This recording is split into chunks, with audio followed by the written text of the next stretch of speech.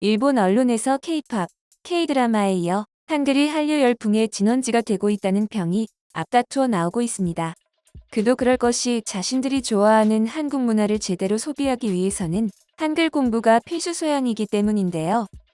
그런데 최근 일본의 유명 가수들이 잇따라 한국어로 신곡을 발표하여 일본 정부가 이러다 한국에게 일본 문화계가 먹히는 거 아니냐라며 비상이 걸렸습니다.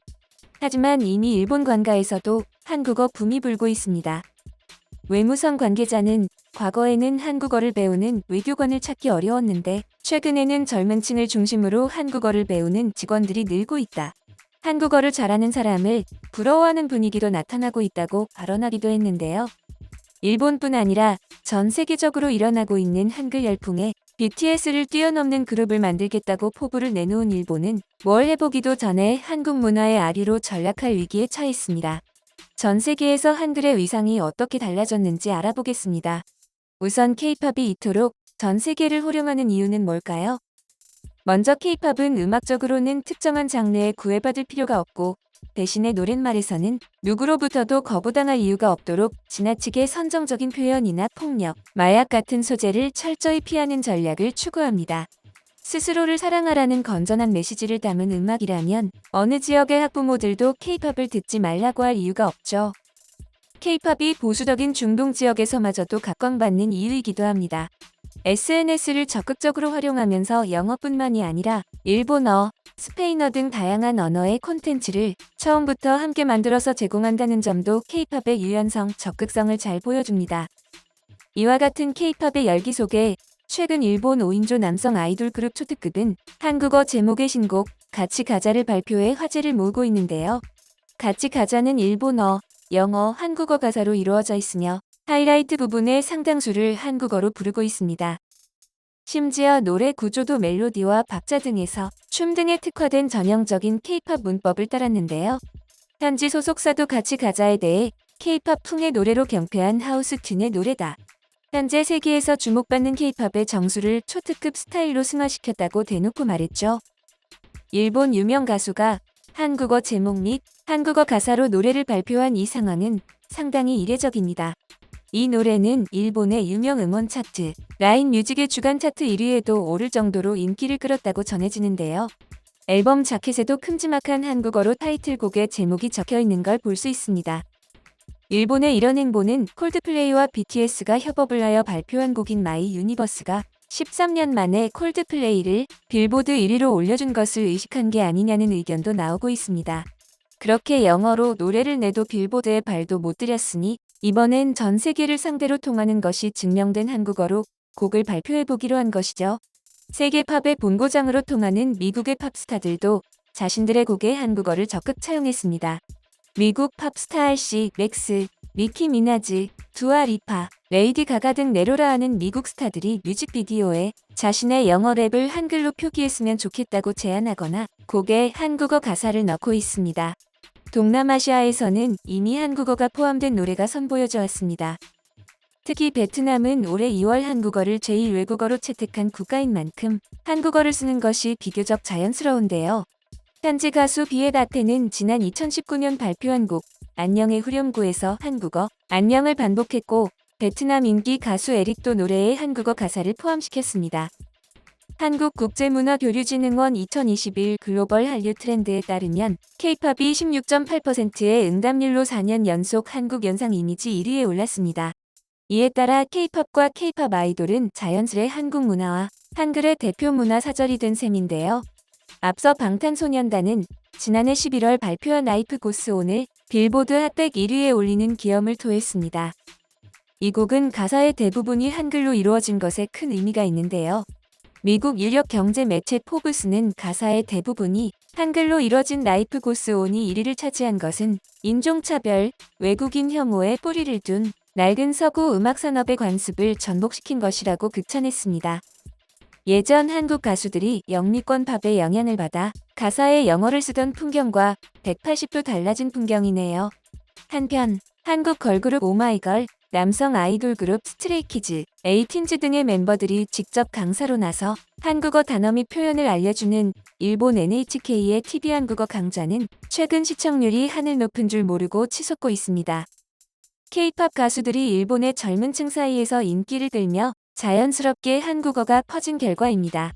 하지만 누군가의 성공을 탐탁치 않아 하는 사람들은 어딜 가나 존재하기 마련인데요.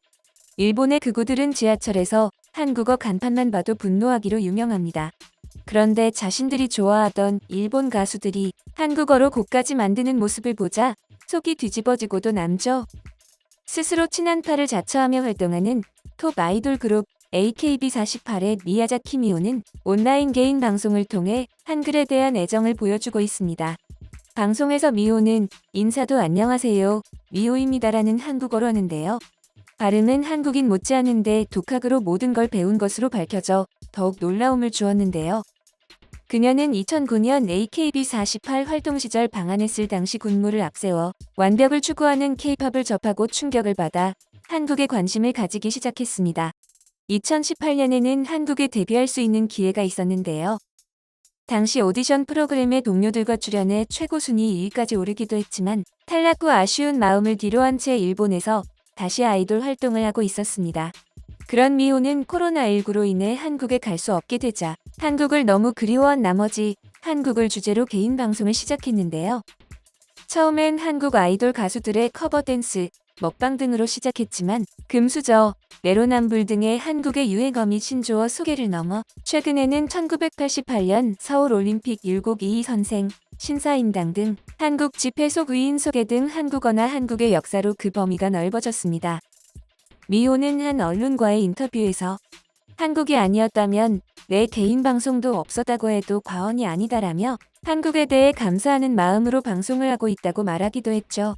그러면서 한국 문화에 대해 일본과 비슷한 보편성, 가운데서도 오징어 게임과 같은 기상천외한 발상을 앞세운 콘텐츠들이 나타나는 것이 매력이죠라고 설명했습니다.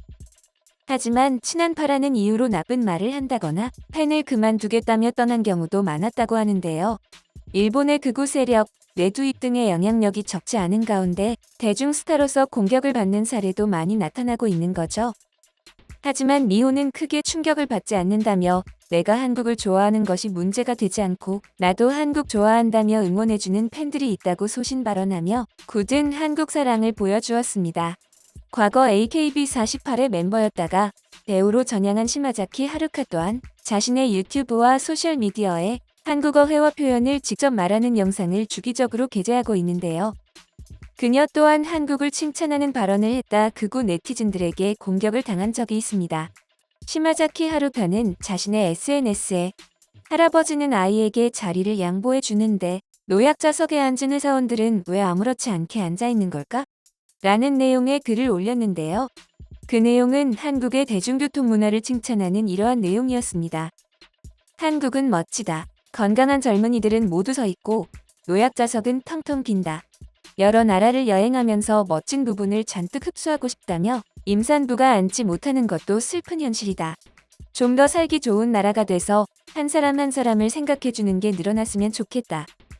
이와 관련해 일본 네티즌들은 한국에 대한 무역 제재가 굳건한 상황에서 일본인이 반일 태세를 하니 한국으로 가라.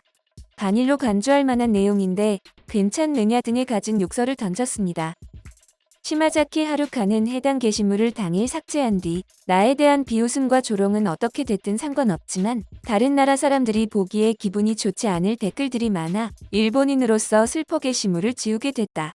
라는 글을 게시하며 변치 않은 한국에 대한 애정을 보여주었는데요. 게시물을 삭제한 이유가 극우들이 무서워서가 아닌 일본 네티즌들의 반응으로 상처 입었을 한국 팬들을 생각해서 한 행동이었다고 밝힌 그녀의 대담함이 인상적이네요. 극우들의 해방에도 불구하고 일본의 한류는 이미 퍼질 대로 퍼져 있죠. 이렇게 세계의 유명 가수들이 1020 세대에 익숙한 유튜브 등 SNS를 통해 한국 콘텐츠를 접하며 직접 한국어를 배우려는 수요가 커지면서 트렌드에 민감한 미국 등 각국 음악 시장도 이 같은 변화를 받아들이고 있는데요. 실제 세종학당재단에 따르면 한국어 교육시설이 세계 각지에서 급격히 늘어나는 추세입니다. 해외에서 한국어를 전파하는 기관인 세종학당만 해도 올해 기준 전 세계 82개국 234곳에 달한다. 특히 올해 세종학당 신규 공모에만 43개국 85개 기관이 신청해 3.3대 1의 경쟁률을 기록하는 등 매년 한국어 교육 수요가 늘어나고 있죠. 한글의 유명세는 일본의 J-팝이 훨씬 더 영향력 있던 과거와 달리 지금은 K-팝의 위상에 일본은 견줄 수 없는 수준이라는 것을 보여줍니다.